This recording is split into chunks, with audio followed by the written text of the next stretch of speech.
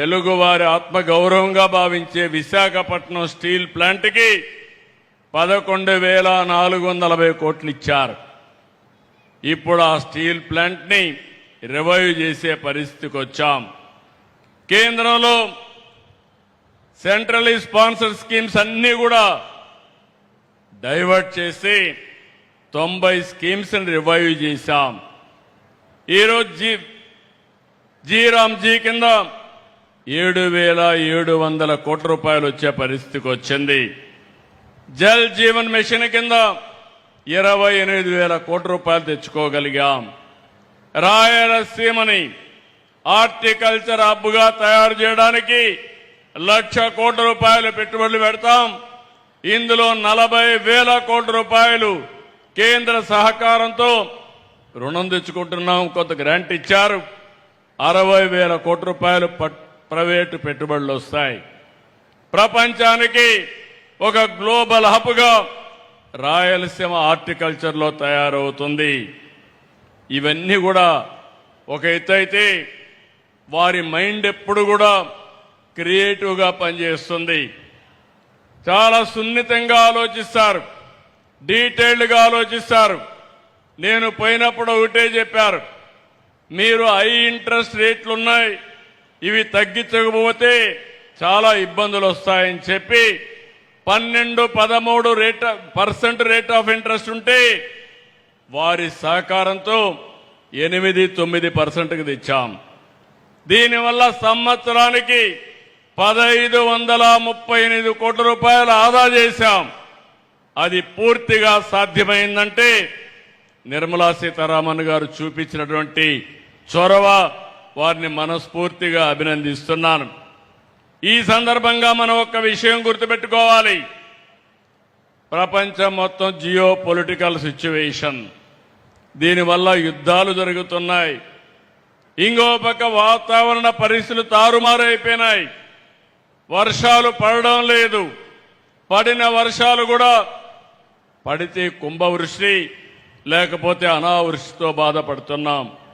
ఇప్పటి వరకు ఆలమట్టి నిండలేదు. కింద నుండి నారాయణపూర్ ఉంది, జోరాలు ఉంది, తర్వాత శ్రీశైలం నాగార్జున రావాలి. ఈ సంవత్సరం ఆ ఛాయలే కనపడడం లేదు. గోదావరిలో కూడా చాలా వరకు వర్షాలు తక్కువై నీళ్లు రావడం కూడా తగ్గిపోయే పరిస్థితికి వచ్చింది. ఇలాంటి సందర్భాల్లో మిమ్మల్ని అందరినీ ఒకటే కోరుతున్నా, ఈరోజు మనం అందరం కూడా చాలా వరకు సురక్షితంగా ఉన్నాం.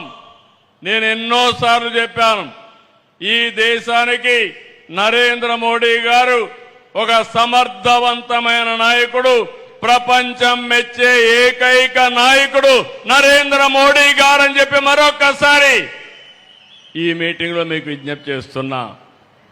వారు నాయకత్వం ఇస్తే నిర్మలా సీతారామన్ గారు దేశ ఆర్థిక వ్యవస్థని సమర్థవంతంగా నిర్వహిస్తున్నారు.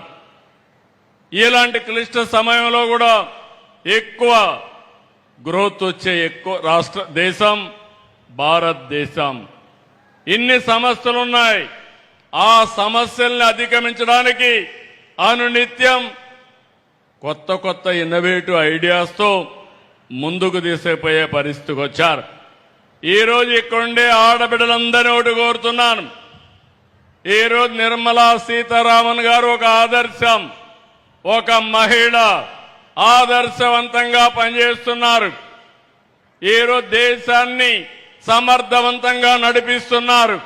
ఆ స్ఫూర్తినే తీసుకుని మా డాక్రా సంఘాలని 10 లక్షల సంఘాలున్నాయి, 1,10,00,000 మంది సభ్యులున్నారు. ఈ స్ఫూర్తితోనే 1 ఫ్యామిలీ 1 ఆంటర్‌ప్రెన్యూర్, ఒక్కొక్క కుటుంబానికి ఒక పారిశ్రామికవేత్త కావాలి. అది మా ఆడబిడ్డలతో స్టార్ట్ కావాలి. పోయిన సంవత్సరం 1,00,000 మంది ఎంఎస్ఎంఈలు పెట్టారు.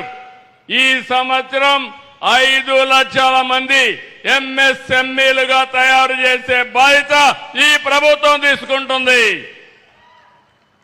దీనికోసం ఇప్పటికే మీరు ఒక్కసారి ఆలోచిస్తే దేశంలోనే నెంబర్ 1 గా ఉన్నాం.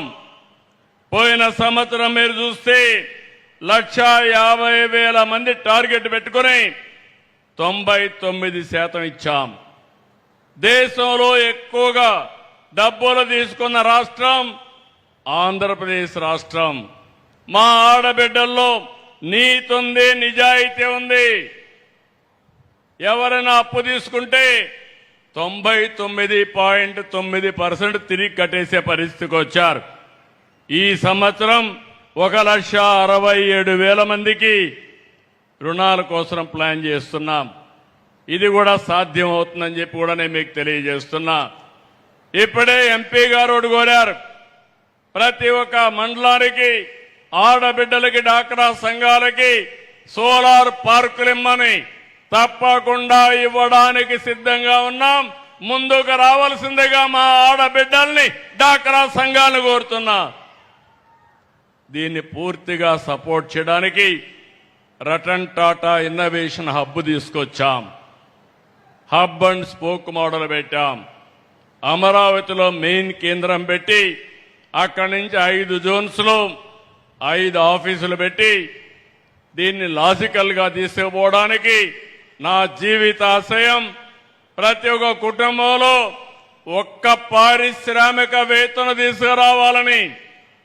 ఈ రోజు చూశాను, చాలా మంది రైతులు కోల్డ్ స్టోరేజ్ పెట్టుకునే పరిస్థితికి వచ్చారు. ఇలాంటి అనేకమైన వినూత్నమైన కార్యక్రమాలతో ముందుకు వచ్చే పరిస్థితికి వచ్చారు. మళ్ళీ మిమ్మల్ని అందరినీ ఒకటే కోరుతున్నా, ఈరోజు ఒక చరిత్ర మంచి కార్యక్రమానికి శ్రీకారం చుట్టాం. ఇలాంటి కార్యక్రమాలు ఇంకా చేసుకోవాల్సిన అవసరం ఉంది. పల్నాడు జిల్లాలో పారవలసింది రక్తం కాదు. పల్నాడు జిల్లాలో ఒక విప్లవం రావాలి, పారిశ్రామిక విప్లవం రావాలి, పేదరికం పోవాలి. దానికి ప్రభుత్వం ముందుంటామని మరొక్కసారి తెలియజేసుకుంటూ, కేంద్రం వికసిత్ భారత్ 2047, రాష్ట్రం స్వర్ణాంధ్రప్రదేశ్ 2047 కోసం పనిచేస్తున్నాం. 2047కి ఈ రాష్ట్రంలో ప్రతి ఒక్కరూ ఆర్థికంగా బాగుండాలని, ఆనందంగా ఉండాలని, ఆరోగ్యంగా ఉండాలని, హెల్తీ వెల్తీ హ్యాపీ సొసైటీ ఉండాలని లక్ష్యంగా పనిచేస్తున్నాం.